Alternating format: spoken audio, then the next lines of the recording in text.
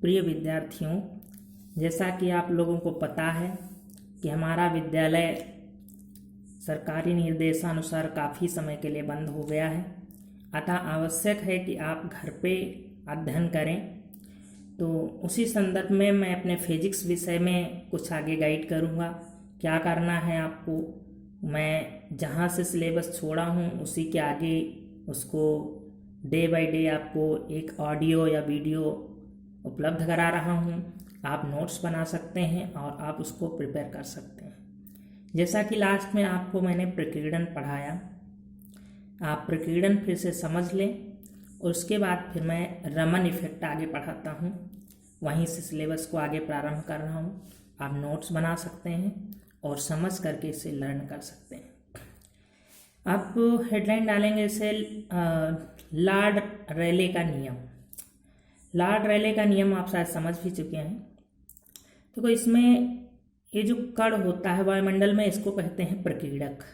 आपने प्रकीर्णन में कहा, प्रकीर्णन में समझा कि वायुमंडल में कुछ कण होते हैं, ऐसे कण होते हैं धूल और गैस के कण, जिनके द्वारा प्रकीर्णन की घटना घटित होती है। तो इसको कहते हैं प्रकीर्णक।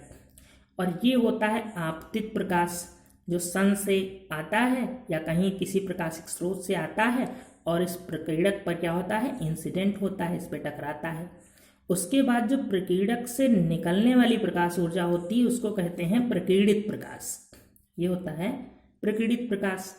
तो लॉर्ड रेले ने बताया कि जो प्रकीर्णित प्रकाश होता है इसकी तीव्रता इंटेंसिटी आई, इसकी तीव्रता जो होती है इंटेंसिटी आई जो होती है, इसको कहते हैं प्रकीर्णित प्रकाश की तीव्रता। और ये प्रकीर्णित प्रकाश की तीव्रता आपतित प्रकाश की तरंग दैर्ध्य की चतुर्थ घात के व्युत्क्रमणानुपाती होती है। आप जैसा देख पा रहे हैं कि क्या बोलेंगे, लॉर्ड रेले के नियमानुसार प्रकीर्णित प्रकाश की तीव्रता आई आपतित प्रकाश की तरंग दैर्ध्य लैम्डा के चतुर्थ घात के व्युत्क्रमणानुपाती होती है। बशर्ते, एक शर्त होती है, बशर्ते जो ये प्रकीर्णक है इसका आकार बहुत छोटा होना चाहिए। ये नियम लॉर्ड रेले का नियम ये तभी फॉलो होता है, तभी लागू होता है, बशर्ते इसका जो प्रकीर्णक का आकार है बहुत छोटा होना चाहिए। कहते हैं कि प्रकाश की तरंगदैर्ध्य की कोटि का होना चाहिए या इससे कम होना चाहिए। तो अब कैसे डिफाइन करेंगे आप लॉर्ड रेले का नियम? लॉर्ड रेले के नियमानुसार प्रकीर्णक से प्रकीर्णित प्रकाश की तीव्रता आई आपतित प्रकाश की तरंगदैर्ध्य के चतुर्थ घात के व्युत्क्रमणानुपाती होता है, बशर्ते प्रकीर्णक का आकार आपतित प्रकाश की तरंगदैर्ध्य की कोटि का या इससे कम होना चाहिए। समझ गए स्टूडेंट्स? अब इसी से रिलेटेड है आगे रमन प्रभाव, रमन इफेक्ट, जो कि इम्पोर्टेंट भी होता है आपके लिए, एग्जाम के लिए इम्पोर्टेंट है रमन इफेक्ट। तो रमन इफेक्ट समझने से पहले आपको इसमें थोड़ा सा समझना होगा एक पॉइंट कि कहते हैं कि जो रेले का नियम है ये कला संबद्ध इस घटना को इन्होंने कला संबद्ध की संज्ञा दी कि कला संबद्ध घटना है। तो कला संबद्ध का मतलब क्या होता है? ऐसे आप लिखेंगे कला संबद्ध,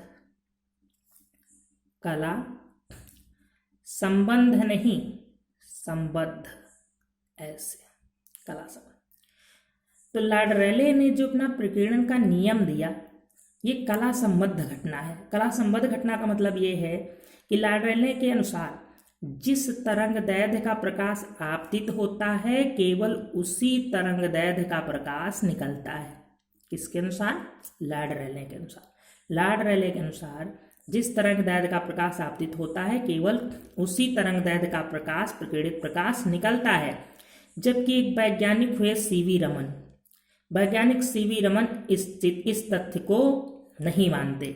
उन्होंने अपना अलग नियम प्रस्तुत किया, अर्थात उन्होंने लॉर्ड रेले के कला संबद्ध नियम का खंडन किया या इस नियम को उन्होंने नहीं माना और अपना नियम प्रस्तुत किया। तो अपना नियम क्या प्रस्तुत किया? उन्होंने बहुत सारे कार्बनिक पदार्थ जैसे बेंजीन आदि पर प्रयोग किया और उन्होंने देखा कि जब प्रकाश प्रकीर्णित होता है तो उसमें केवल एक ही स्पेक्ट्रमी रेखा नहीं होती है, एक ही तरंगदैर्ध्य नहीं होती है, यहाँ पर कई प्रकार की स्पेक्ट्रमी रेखाएं होती हैं, जैसा कि आप इस फिगर में देख सकते हैं। ये लॉर्ड रैले ने क्या बताया था कि जो प्रकीर्णक होता है, इससे प्रकीर्णित प्रकाश में केवल एक ही तरंगदैर्ध्य होती है, और वो भी तरंगदैर्ध्य जो होती है वो आपतित प्रकाश की तरंगदैर्ध्य के समान होती है, अर्थात कला संबद्ध घटना हो गई। लेकिन रमन ने इस घटना को मंजूर नहीं किया, इस घटना को उन्होंने नहीं माना। उन्होंने अपना स्वयं प्रयोग किया, कार्बनिक यौगिकों पर, बेंजीन जैसे यौगिकों पर प्रयोग किया और बताया कि जब किसी प्रकीर्णक से प्रकाश प्रकीर्णित होता है तो उसमें विभिन्न तरंगदैर्ध्य की कई स्पेक्ट्रमी रेखाएं होती हैं, भिन्न भिन्न तरंगदैर्ध्य की कई स्पेक्ट्रमी रेखाएं होती हैं। तो लॉर्ड रैले से बिल्कुल भिन्न इन्होंने बताया। लॉर्ड रैले ने क्या बताया था कि जो प्रकीर्णित प्रकाश होता है उसमें केवल वही तरंगदैर्ध्य की स्पेक्ट्रमी रेखा होती है जो तरंगदैर्ध्य आपतित होती है, जबकि सीवी रमन ने क्या माना, क्या अपना निष्कर्ष निकाला कि प्रकीर्णित प्रकाश में एक ही स्पेक्ट्रमी रेखा नहीं होती है, बल्कि कई स्पेक्ट्रमी रेखाएं होती हैं, इनकी तरंगदैर्ध्य भी भिन्न भिन्न होती है। उन्होंने कार्बनिक यौगिकों पर अध्ययन किया और स्पेक्ट्रमी रेखाओं का अध्ययन करने पर प्राप्त किया कि इसमें कुछ स्पेक्ट्रमी रेखाएं होती हैं जिनकी तरंगदैर्ध्य अपरिवर्तित रहती है, अर्थात जो आपतित की तरंगदैर्ध्य होती है वही प्रकीर्णित प्रकाश की भी तरंगदैर्ध्य होती है। तो इनको उन्होंने अपरिवर्तित स्पेक्ट्रमी रेखाओं की संज्ञा दी। फिर देखा इन्हें कि पास में साइड में कुछ ऐसी भी स्पेक्ट्रमी रेखाएं होती हैं जिनकी तरंगदैर्ध्य आपतित प्रकाश की तरंगदैर्ध्य से उच्च होती है, इनको इन्होंने स्टोक रेखाओं की संज्ञा दी।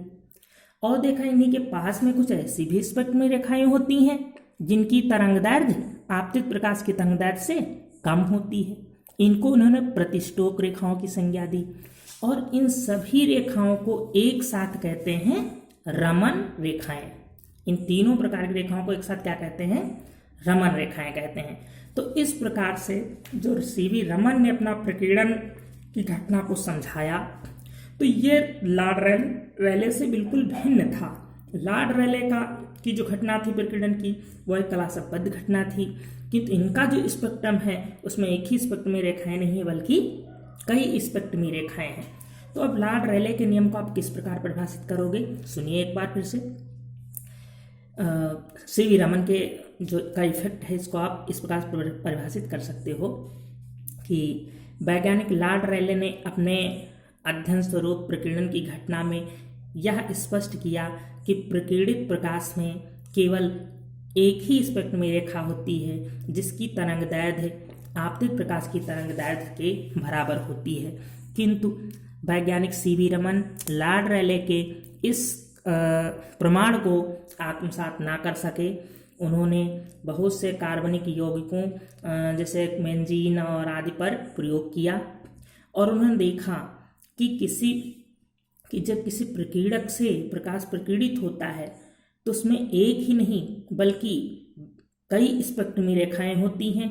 उनमें से कुछ स्पेक्ट्रमी रेखाओं की तरंगदैर्ध्य अपरिवर्तित रहती है और उनके पास में कुछ ऐसी भी स्पेक्ट्रमी रेखाएं होती हैं जिनकी तरंगदैर्ध्य आपतित प्रकाश की तरंगदैर्ध्य से उच्च होती है, इनको स्टोक रेखाएं कहा।